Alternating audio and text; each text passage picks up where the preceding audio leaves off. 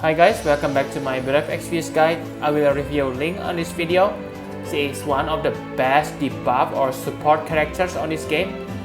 But before we begin, if there are wrong or additional info for the characters, I will fix and add the info on the video description. So make sure you check it just in case I put some info on the description. So let's talk about her status. Her status is kinda bad for 6-star heroes. Most of heroes has a minimum health of 3000 at 6 stars, but she only has 2700 and low defense, so she may die easily. But she has 40% chance to evade the attack and 25% chance of not being targeted. So I guess it covers up her weakness really well. So she also resists against paralyzed, sleep, confused, and petrified, which is very good because this means she can act anytime you want. Okay, so let's take a look at her skills. So all of her skills are pretty good. She doesn't have any bad skills. Before we talk about her specific skills, let's talk about the unique modifier that is available on almost of all her skills. The modifier will increase her next normal attack by 1 point. It is stackable until 10 times. You also don't need to use the exact same skill to retain the effect. So you can use any skill that has this modifier, and this will increase your attack modifier. This makes her able to help the party attack the enemy even if she is not an attacker. 10 times will make a nice amount of damage even if her strength is low. However, if you use any action that doesn't have this modifier, such as defending item or skill such as Mirage, the effect will be gone. So make sure you use your attack first if you have a lot of charge. I think that's all you need to know about her modifier. Now let's talk about her debuff skill first. Feint Step and Daunting Step. The Feint Step will reduce the enemy's defense and spirit by 45% for 2 turns. And for Daunting Step, it will decrease your enemy's attack and magic by 45% for 2 turns. Both skills are very good because the effect is 45%, which means greater than full break. But the effect is only lasts for 2 turns, so you need to recast it often. But it is very useful against a lot of strong enemies such as Antenola, because you can debuff all their attack in 1 turn. When you have managed to kill the other part or enemies, you can go back to use full break because full break affects all the sages. The second debuff skill is Dance of Death. It inflicts 2 random status ailments on the enemies. We know how useful this kind of ailment skills when fighting 2 or more tough enemies, such in the Europa trial.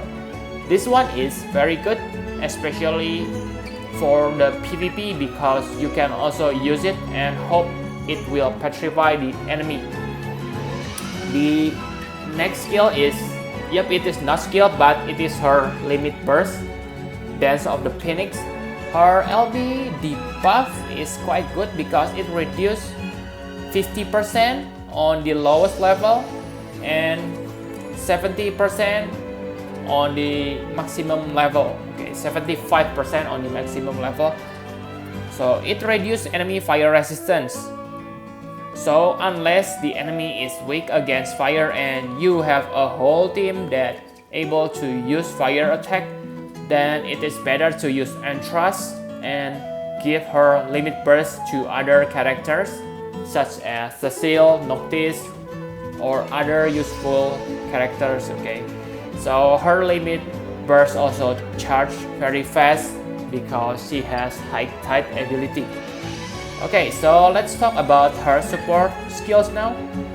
The first support skill is Dance of Rebirth. This will resurrect all dead allies on your party, which is very useful when you fight the enemy with strong all attack, because maybe one or two of your unit will be dead. Ling has quite high chance to survive because she has evade skill and less likely to be targeted. So if you equip her right, and she will have enough health to survive one or two enemy strong attacks such as Ultima. Okay, so the second support skill is Invigorating Dance. This makes her as an excellent MP battery on long battle. She doesn't get the benefit herself, but she can recover her MP simply by using chakra or using barge. Okay, if you have barge, you can combine it with her because they complement each other. Barge can use her life giver skills to restore Ling MP, and Ling can resurrect Bard immediately using Dance of Rebirth. Okay, so she also has 5% MP regen on each turn. The last skill is Dance of Life.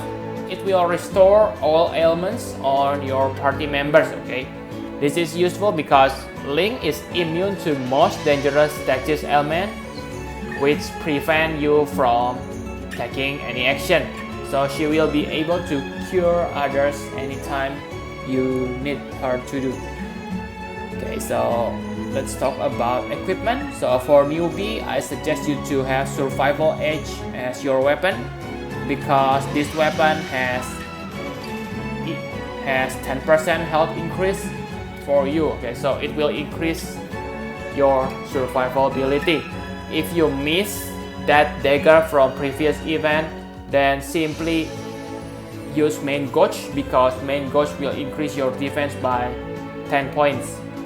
For the head, go for Celebrant's Meter or Chapu. You can get Chapu from the Colosseum Medal. It increases your MP, which is really nice. For cloth, you can use Sage Robe or Scholar's Robe. I prefer Scholar Robe because it increases your MP by 20. Sage Robe is also good, but you don't get any benefit from its magic boost, so yep, I prefer Scholar Robe. For accessory, I suggest you to equip 2 Muscle Belt because you need that survivability. And also for abilities, use 4 health plus 10%. So go summon that Riser and gather his Trustmaster. For hardcore players, I still suggest you to use Survival Edge as your weapon because, yep, I know that her dagger is good, but you won't use her to attack the enemy. So I think that it is better to give her dagger to someone else who has attack all ability, so they can inflict paralyze or poison on all the enemies.